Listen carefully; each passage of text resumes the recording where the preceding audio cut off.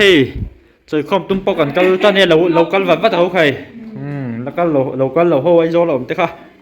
สับจีตัวลำโพให้ตุ้ยโดนงังไหมสับจีตัวเขาต่อเชื่อนี้อาร์ซ่าถึงแม่นครบไหม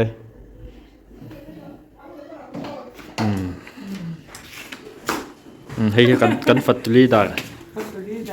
ให้แต่อินในตู้เละอัฟฟานูเบเบเต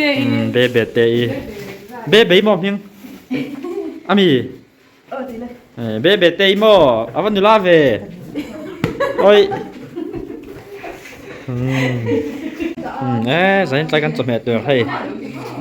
ตุยโดนงั้งไหมตุยเราเท่เราต้อง